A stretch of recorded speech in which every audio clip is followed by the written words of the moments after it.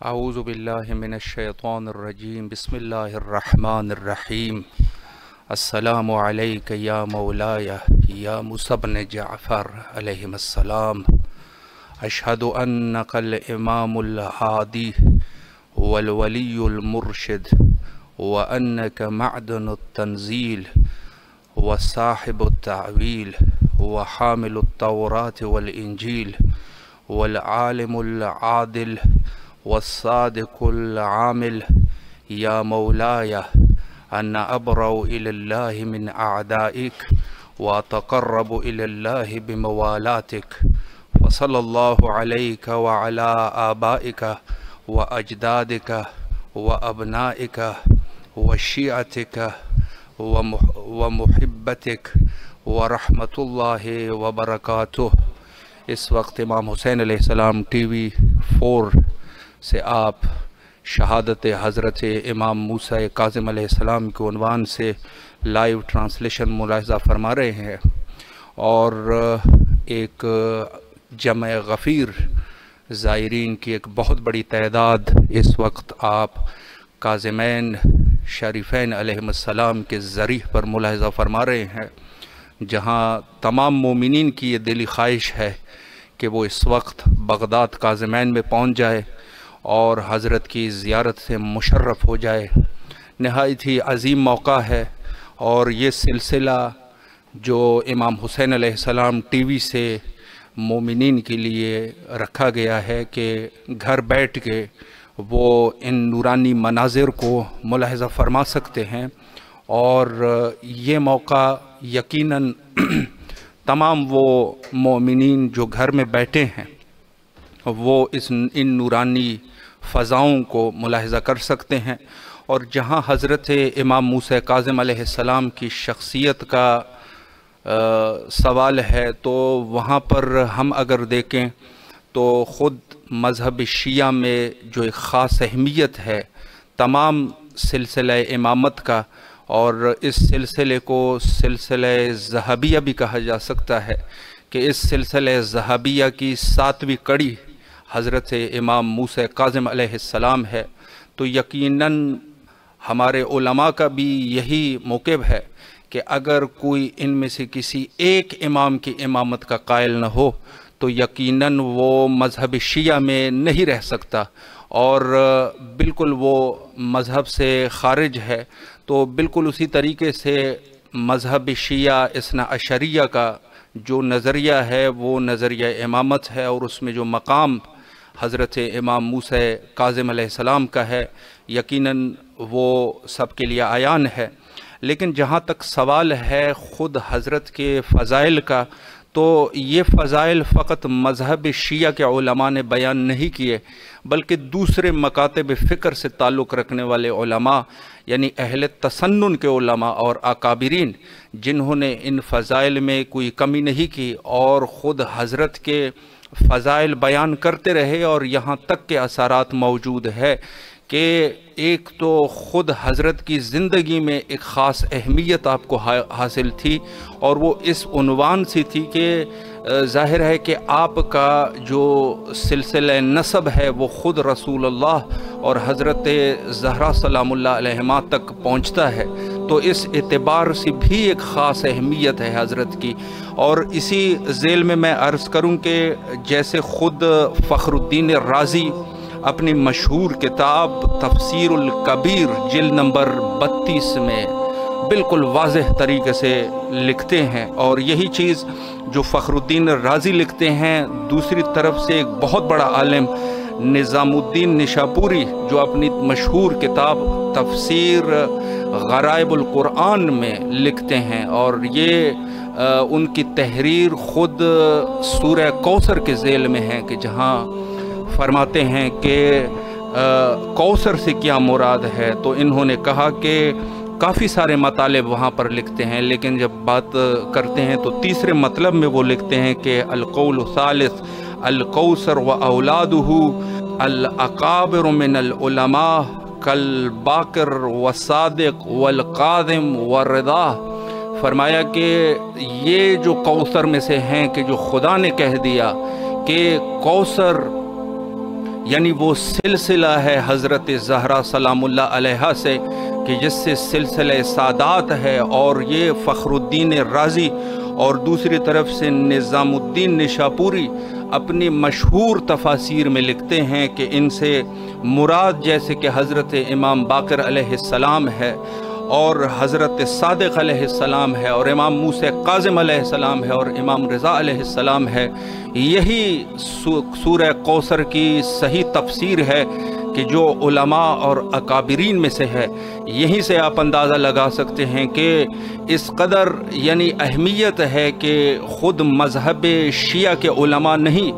بلکہ اہل تسنن کے اکابرین بھی اس چیز کے قائل ہیں کہ خود کوثر جو قرآن میں لکھا ہے، جہاں سے سلسلہ امامت کا آغاز ہے، اور خود نسل رسول کہ جہاں رسول کو کہا گیا تھا کہ آپ ابتر ہو گئے، یعنی وہ لوگ جو کافرین، مشرکین اور منافقین تھے، جب جناب ابراہیم دنیا سے چلے گئے تو ان لوگوں نے خوشی منائی اور کہا کہ آج سے رسول اللہ نعوذ باللہ ابتر ہو گئے۔ تو رسول اللہ کے لیے خدا نے یہ سورت پوری نازل فرمائی اور کہا انا اعطیناک الکوثر، اور فخر الدین رازی اور دوسرے علماء اس چیز کے قائل ہیں کہ رسول اللہ کے اس نسل کی جو کڑیاں ہیں وہ کڑی ایک عظیم الشان طریقے سے حضرت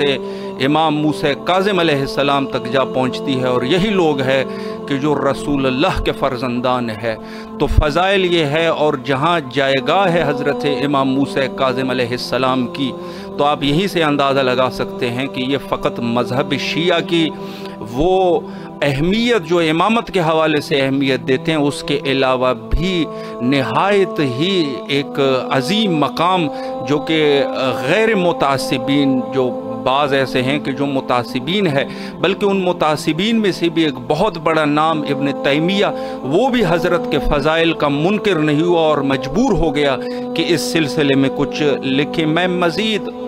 کچھ القابات حضرت کے معروف ہے، جیسے کاظم ہے، اور قرآن میں جیسے کہا کہ القاظم الغیظ، یعنی جو یہیں سے آپ اندازہ لگائیں کہ کاظم کا مطلب یعنی جو غصے پر کنٹرول کرنے والا ہو، غصے پر تحمل کرنے والا ہو، یعنی نہایت ہی اذیت جب انسان کو پہنچتی ہے اور نہایت ہی جب مشکلات انسان پہ طاری ہوتے ہیں، اس وقت جو شخص اس پہ صبر کر لے اور تحمل کر لے اس کو کاظم کہتے ہیں۔ اور حضرت کا معروف لقب پاک و ہند میں جہاں کاظم ہے، تو کاظم کی وجہ بھی یہی ہے کہ حضرت جو مصیبت حضرت پہ آن پڑی اور جس طریقے سے حضرت کو اذیت کی گئی، یعنی ایک زندان سے دوسرے زندان، دوسرے زندان سے تیسرے زندان تک یہ سلسلہ رہا، اور اس قدر یہاں تک لکھا ہے کہ جب زندان میں آخری ایام میں حضرت تھے تو ایسے لگتا تھا جیسے ایک کپڑا پڑا ہوا ہو۔ جب پوچھا جاتا تھا یہ کپڑا کس کا ہے تو وہاں جواب ملتا تھا یہ آل رسول امام موسیٰ کاظم علیہ السلام ہے، جو اس قدر ضعیف ہو چکے ہیں کہ صرف کپڑا ہی نظر آتا ہے۔ اللہ اکبر۔ یعنی اس قدر جو مظالم حضرت پہ ہوئے ہیں اور جو مشکلات حضرت پہ طاری ہوئے، اور نہایت ہی اس پر جو تحمل اور صبر فرمایا وہ امام موسیٰ کاظم تھے۔ یہاں پر آپ اجوائے مشی جو آپ دیکھ رہے ہیں اس کو ملاحظہ فرمائیں۔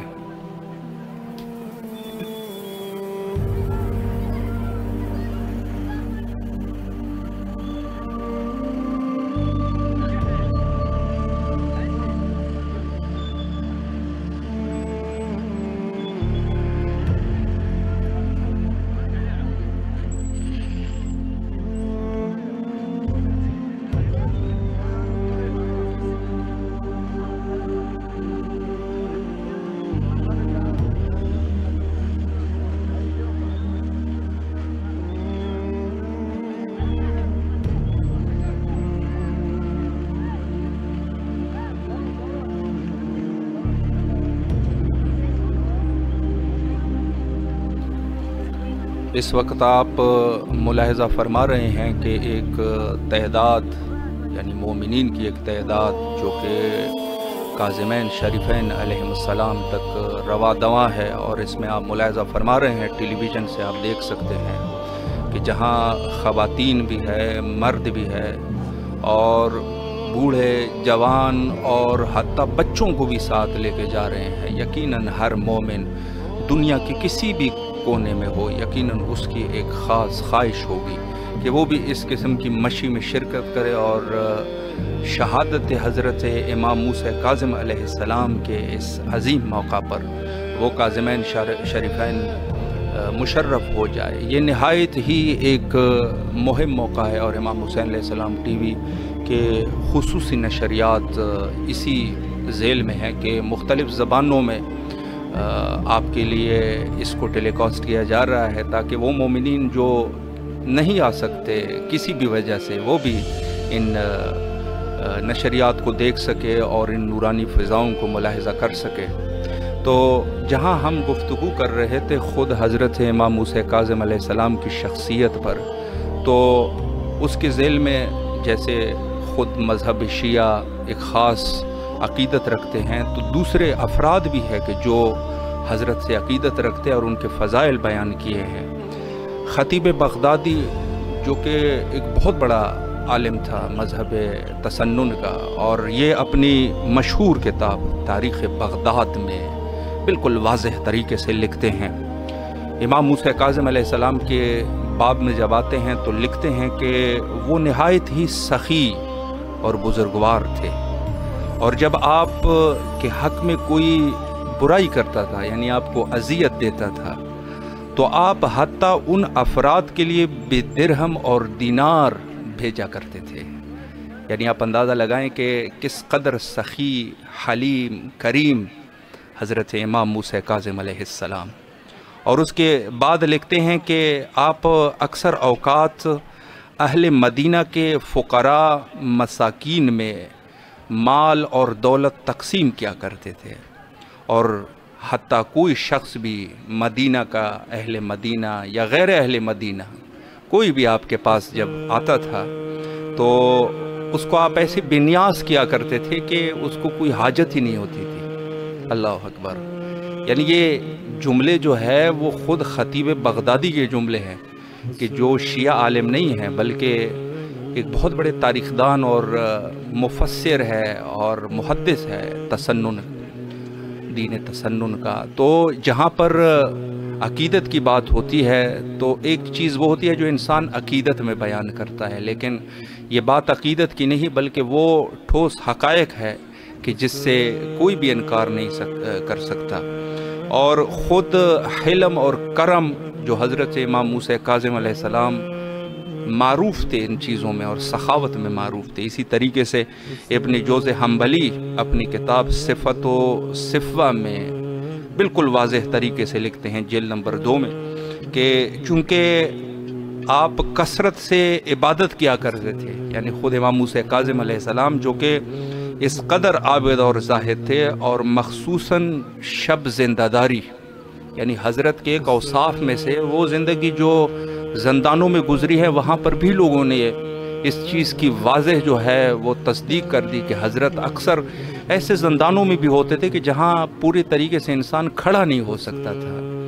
یعنی زندان اس قدر تنگ ہے اور سقف اتنا چھوٹا ہے کہ حضرت رکوع کے حالت میں رہتے تھے۔ اللہ اکبر! لیکن اس کے باوجود بھی شب زندہ داری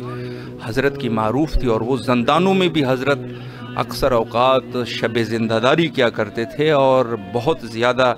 عبادت فرمایا کرتے تھے۔ اور خود یہ عالم ابن جوز حنبلی لکھتے ہیں کہ آپ نہایت ہی حلیم، کریم، اہل کوشش تھے، اور اسی وجہ سے آپ کو عبد صالح کہا کرتے تھے۔ یعنی عبد صالح سے مراد یعنی نہایت ہی نیک بندہ، نہایت ہی نیک بندہ۔ تو اس قدر یعنی آپ کی عبادت جو ہے وہ معروف تھی کہ آپ کو عبد صالح کہا کرتے تھے۔ اور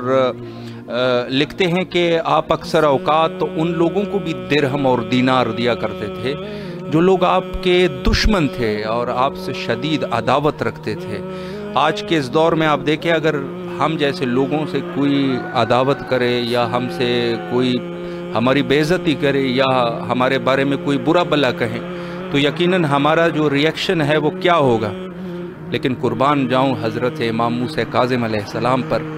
اللہ کے سچے امام، اللہ کی طرف سے منصوص اور منسوب من اللہ حضرت امام موسیٰ کاظم علیہ السلام، کہ جب آپ کو کوئی اذیت کرتا تھا تو آپ 100 200 300 درہم کے کیسے ان کے لیے بھیج دیتے تھے اور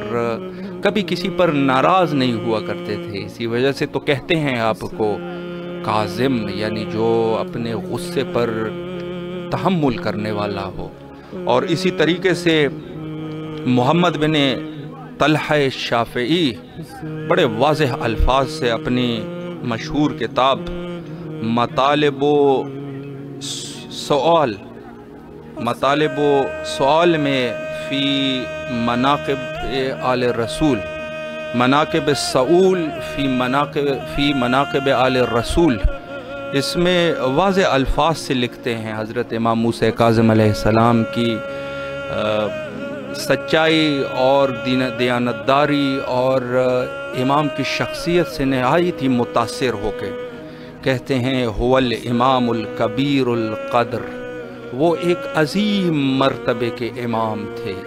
یعنی ان کا مرتبہ جو ہے وہ نہایت ہی بلند مرتبے کی شخصیت تھی. اور العظیم الشان، اور اس کا شان اور مرتبہ نہایت ہی عظیم جس کا کوئی سوچ نہیں سکتا. اور پھر کہتے ہیں الکبیر المجتہد، وہ نہایت ہی دقیق، نہایت ہی دقت سے کام لیا کرتے تھے. یہ کوئی شیعہ عالم نہیں ہے بلکہ یہ تسنن ہے، اہل تسنن عالم ہے کہ جس طرح وہ گواہی دے رہے ہیں. اور پھر کہا کہ الجادو فی اجتہاد، اور آپ دین کے احکام میں نہایت ہی سعی، کوشش اور تلاش کرنے والے تھے. اور پھر کہا کہ المشہور بالعبادہ، اور کہتے ہیں کہ پورے کے پورے عرب میں آپ عبادت میں مشہور تھے کہ حضرت امام موسیٰ کاظم علیہ السلام نہایت ہی عبادت کرتے ہیں. اور پھر کہا کہ المواظیب علی الطاعات، اور آپ اطاعت الہی میں نہایت ہی دقیق تھے. اور پھر کہا المشہور لہو بالکرامات، اور آپ سے کرامات کثرت سے ظاہر ہوا کرتے تھے، یعنی معجزات آپ کیا کرتے تھے. اور اس چیز پر ہمارے مذہب شیعہ کے علماء بھی قائل ہیں کہ وہ کرامات اور معجزات جو امام موسیٰ کاظم علیہ السلام سے صادر ہوئے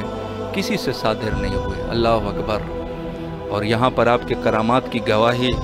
سنی آل محمد ابن طلحہ شافعی اپنی کتاب مطالب و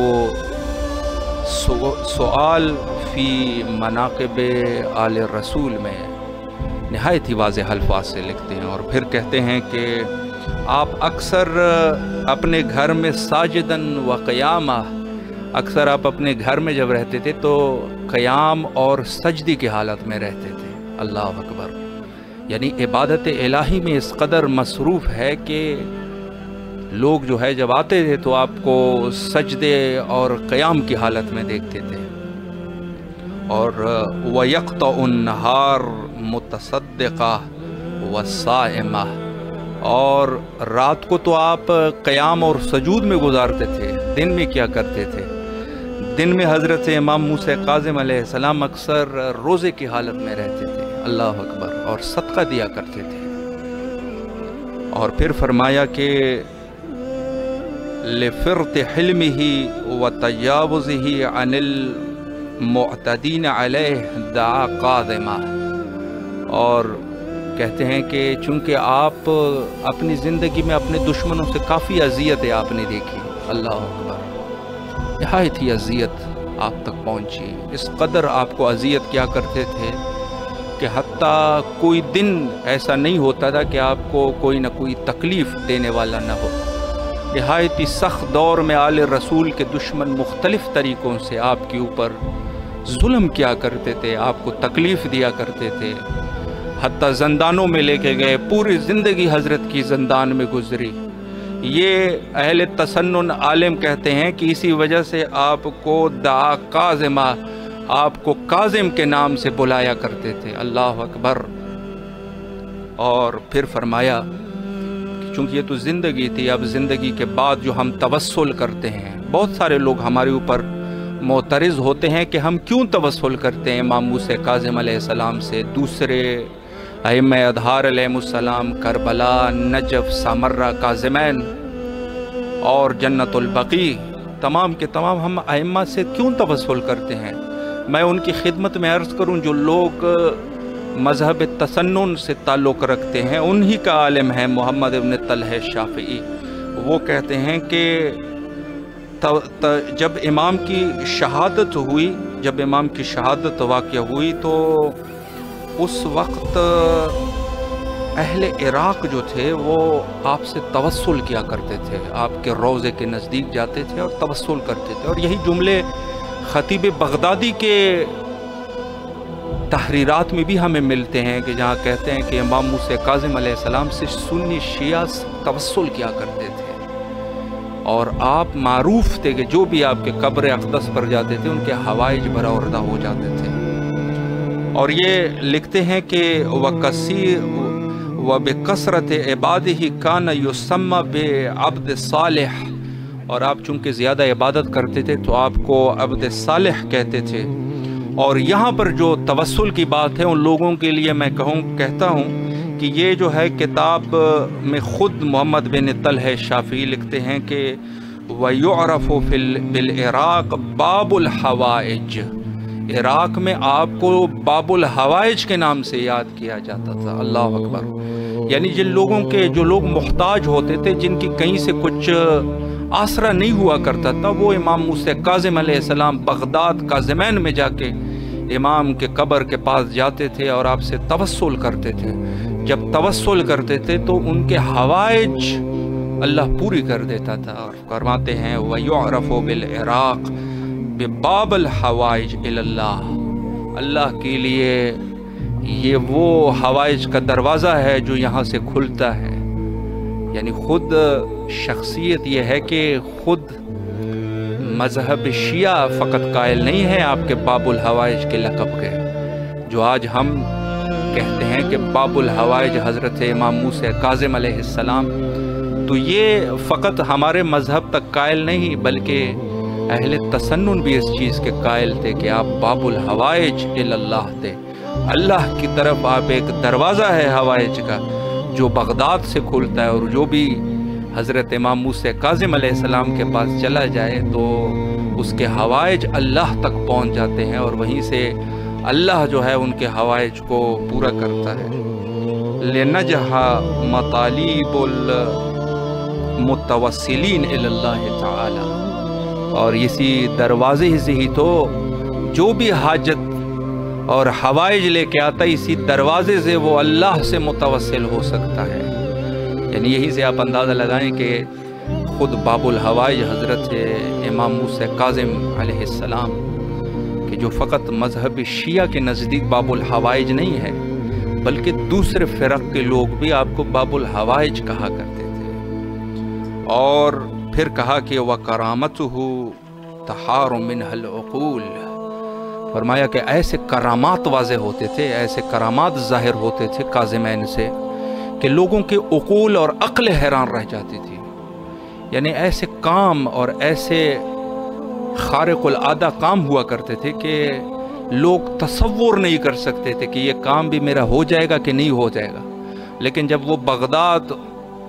کاظمین پہنچ جاتے تھے اور وہاں کاظمیہ میں قبر حضرت امام موسیٰ کاظم علیہ السلام کے ساتھ اللہ سے متوسل ہو جاتے تھے تو ان کے توسل کا جواب ایسے ہوتا تھا کہ کچھ ایسے کام ہو جاتے تھے، مثلا ایسی بیماروں کو شفا مل جاتی تھی کہ جو لا علاج ہوتے تھے، اس کا کوئی علاج کرنے والا نہیں ہوتا تھا۔ تو یہ وہ شخصیت ہے، وہ عظیم شخصیت ہے کہ یقیناً ہر مومن کی دل کی آواز ہے، اور آپ زائرین خود بھی یہاں ملاحظہ کرتے ہیں، بے شک آپ نجف اشرف چلے جاتے ہیں، آپ کربلا پہنچ جاتے ہیں، لیکن آپ کے دل کو سکون نہیں پہنچتا جب تک آپ بغداد نہ چلے جائے امام موسیٰ کاظم علیہ السلام پر۔ قربان جاؤں، جہاں مصائب ہے حضرت کے تو اس قدر مصائب ہے کہ انسان اس مصائب کو یاد نہیں کر سکتا، کتاب میں مطالعہ نہیں کر سکتا۔ دردناک مصائب جو حضرت امام موسیٰ کاظم علیہ السلام کے ہیں، یعنی روایت میں ظلم کی یہ انتہا ہے کہ لکھتے ہیں کہ جب حضرت کو زندان میں، آخری زندان میں لایا گیا تو وہاں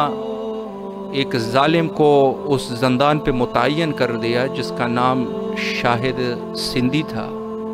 یہ شخص اس قدر ظالم اور قبیح تھا، ظلم کی یہ انتہا کہ جب اس کو اندازہ ہو جاتا تھا کہ حضرت اس وقت آرام فرما رہے ہیں اور تھوڑی آنکھ لگی ہے تو یہ زنجیر کو ہلا دیتا تھا تاکہ امام کو تکلیف پہنچتی رہے۔ اللہ اکبر۔ اور بات اگر فضائل کی جائے تو فضائل ایسے فضائل ہے کہ انسان کی عقل حیران رہ جائے۔ اور وہاں اس دور کی جہاں سب سے زیادہ معجزات جس امام سے صادر ہوئے وہ امام موسیٰ کاظم علیہ السلام تھے، اور بدبخت وہ لوگ جو گمراہ ہو گئے، وگرنہ امام کے لیے نصوص بھی موجود تھے۔ اور باقاعدہ حضرت امام صادق علیہ السلام نے باقاعدگی سے کئی سندوں سے یہ روایات موجود ہے کہ فرمایا کہ میرے بعد میرا بیٹا موسیٰ کاظم امام ہوگا۔ لیکن بدبخت وہ لوگ کہ جو ان نصوص پر، یعنی خود امامت کی تکذیب کرنے والے لوگ تھے، اور ہم مذہب شیعہ ان لوگوں سے ابزار برات کرتے ہیں جو امام موسیٰ کاظم علیہ السلام کی امامت کو جھٹلانے والے ہیں، چونکہ امام کی امامت کو جھٹلانا یہ امام صادق علیہ السلام، صادق امام کے صادق قول میں شک کرنا ہے۔ اور یقیناً خدا نے جس طریقے سے امامت کا سلسلہ رکھا اس کو جھٹلانا، یہ جھٹلانا خود امامت کا جھٹلانا ہے۔ اور بہت سارے علماء سے یہ چیز منقول ہے، کہتے ہیں کہ تمام کے تمام ائمہ کے لیے ہمارے پاس نصوص موجود ہے، لیکن وہ نص جو حضرت امام موسیٰ کاظم علیہ السلام کے لیے جس واضح طریقے سے موجود ہے ایسے کسی کے لیے موجود نہیں ہے۔ یعنی سب سے واضح ترین نص جو امامت پر ہے وہ حضرت امام موسیٰ کاظم علیہ السلام ہے۔ دعا کرتے ہیں کہ انشاءاللہ العزیز اگلے سال آپ بھی تشریف لائیں۔ 40 پہ تو تشریف لاتے ہیں امام حسین علیہ السلام کی زیارت کے لیے، لیکن یہ نورانی مناظر جو اس وقت آپ امام حسین علیہ السلام ٹی وی کے اسکرین پر ملاحظہ کر رہے ہیں اور باقاعدگی سے اس یاد کو تازہ کیا جا رہا ہے، یعنی ایک طریقے سے کپڑوں کا پہننا، پرانے زمانے کے کپڑوں کا پہننا، در حقیقت یہ اس شاعر کی طرف اشارہ ہے اور اس یاد میں ہے کہ سب کو یہ یاد آ جائیں کہ ایسا کچھ ہوا تھا۔ تو لہٰذا تمام مومنین کی ایک خاص ذمہ داری ہے کہ جو لوگ یہاں نہیں پہنچ سکتے عراق میں، اپنے وطن میں ہے اور اپنے علاقے میں ہے، تو وہاں پر بھی ان کی یہ ذمہ داری بنتی ہے کہ اس شعائر الہیہ کو خود اپنے وطن میں، امام بارگاہوں میں، مساجد میں زندہ کریں اور باقاعدگی سے لوگوں کو اس عظیم شہادت کی طرف متوجہ کریں۔ غیبت امام زمانہ اجل اللہ تعالیٰ فرجہ الشریف کے دور میں کہ جہاں ہمارے وقت کے امام حضرت امام زمانہ اجل اللہ تعالیٰ فرجہ الشریف پردہ غیبت میں ہے باذن اللہ تعالیٰ، تو ہم لوگوں کی جو ذمہ داریاں ہیں اس ذمہ داریوں کو یقیناً ہر مومن کے اوپر واجب ہے کہ اپنی ذمہ داری کو پہچانے، اور ہمارے ان عظیم ذمہ داریوں میں سے خود اہل بیت علیہم السلام کی مودت کو اپنے قلوب میں راسخ کرنا، اپنے وجود میں ان کا رسوخ پیدا کرنا، اور اس کے علاوہ اس مشن کو دوسرے لوگوں تک پہنچانا، یہ غیبت امام زمانہ علیہ السلام میں ہماری ذمہ داری ہے۔ اور یہی مطلب صاحب مکیال نے بھی بڑے واضح طریقے سے لکھا ہے کہ خود شعائر الہیہ کو کسی نہ کسی طریقے سے زندہ کرنا یہ غیبت امام زمانہ میں ہماری ذمہ داری ہے۔ اور عرض کروں آپ کی خدمت میں کہ انسان اپنے حسب توفیق جتنا انسان کر سکتا ہے یقیناً اتنا ہی کرے گا، اور اتنا کرنا بھی چاہیے۔ لیکن اگر ہم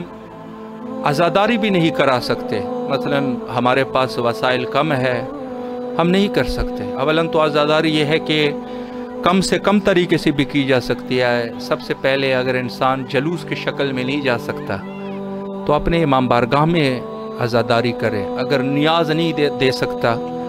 تو نیاز نہ دیں، لیکن لوگوں کو ضرور دعوت کرے۔ اگر زیادہ لوگ نہیں آ سکیں گے، کم لوگ آ جائیں گے، لیکن اس موقع کو ہاتھ سے نہیں دینا چاہیے۔ اگر انسان وہاں بھی نہیں کر سکتا تو مساجد میں جب نماز ختم ہوتی ہے تو اس وقت بھی ذکر مصیبت پڑھی جا سکتی ہے۔ مولانا صاحب جو بھی وہاں پر ہو، جو بھی خطیب ہو، ان کو تھوڑی سی نیاز دے کے، یا اگر نیاز بھی نہ دے، یقیناً اگر عالم ہے، مذہب کا عالم ہے، تو یقیناً یہ درد اس کے وجود میں ہوگا، ذکر مصیبت ہو جائے، تاکہ لوگوں کو اس چیز کی طرف دھیان رہے اور توجہ رہے کہ آج امام موسیٰ کاظم علیہ السلام کی شہادت واقع ہوئی ہے۔ اور اگر انسان وہ بھی نہیں کر سکتا تو یقیناً اپنے گھر میں اپنے بچوں کے سامنے انسان اس یاد کو تازہ کرے۔ چھوٹی سی چھوٹی عزاداری، بڑی سی بڑی عزاداری، حضرت سیدہ سلام اللہ علیہ اور وقت کے امام حضرت بقیت اللہ الاعظم امام زمانہ عجل اللہ تعالی فرجہ الشریف کی نظر میں ایک ہے۔ یقیناً وہ دل کے حال جاننے والے ہیں۔ وہ ان چیزوں کی طرف ان کا وہ نہیں ہے کہ آپ جتنی بڑی عزاداری کریں گے تو ان کے ہاں وہ قبول ہوگی، چھوٹی عزاداری کریں گے تو قبول نہیں ہوگی۔ یہ یقیناً ہم جیسے عام انسانوں کی فطرت تو ہو سکتی ہے، لیکن جو حجت خدا ہو اس کی نظر میں اس کی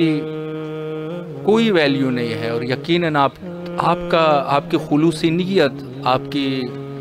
جو نیت ہے، جو اخلاص آپ اہل بیت کے ساتھ رکھتے ہیں، یقیناً وہ چیزیں جو ہے وہ اہل بیت کے لیے قابل قدر ہے، اور یقیناً یہی ہمارے آخرت کا عزوقہ ہے کہ ہمارے یہ زحمات جو ہے وہ آخرت میں ہمارے کام آئیں گے، قبر میں کام آئیں گے، اور ہم یہاں سے سرخرو ہو کے اٹھیں گے۔ اور انشاءاللہ العزیز یہی انتظار امام زمانہ علیہ السلام کا بھی صحیح طریقہ ہے کہ ہم عزاداری اہل بیت علیہ السلام میں اپنے آپ کو مصروف رکھے، اور جب امام ظہور کرے، اگر ہم دنیا سے جا چکے ہیں تو دنیا سے جاتے وقت بھی ہم سرخرو ہو کے جائیں گے اور ہمارے چہرے نورانی ہوں گے، اور جب امام ظہور کرے تو یقیناً رجعت میں بھی ہم واپس آئیں گے۔ اور انتظار کے صحیح طریقے پر اگر کوئی اس دنیا سے چلا گیا تو وہ رجعت میں یقیناً حضرت امام زمانہ عجل اللہ تعالی فرجہ الشریف کے آوان اور انصار میں سے ہوگا۔ دعا گو ہے تمام مومنین کے لیے کہ آپ بھی انشاءاللہ اگلے سال کربلا مقدسہ، کاظمین شریفین اور یہ عتبات عالیات کی زیارت کریں، اور قبول زیارتوں کے ساتھ اپنے وطن واپس پلٹ جائے۔ ان دنوں میں مخصوصاً حجت خدا کے ظہور کے لیے کثرت سے دعا کیا کیجیے، اور تمام مومنین کے نیابت میں ہم بھی دعا کرتے ہیں۔ اللہم عجل لولیک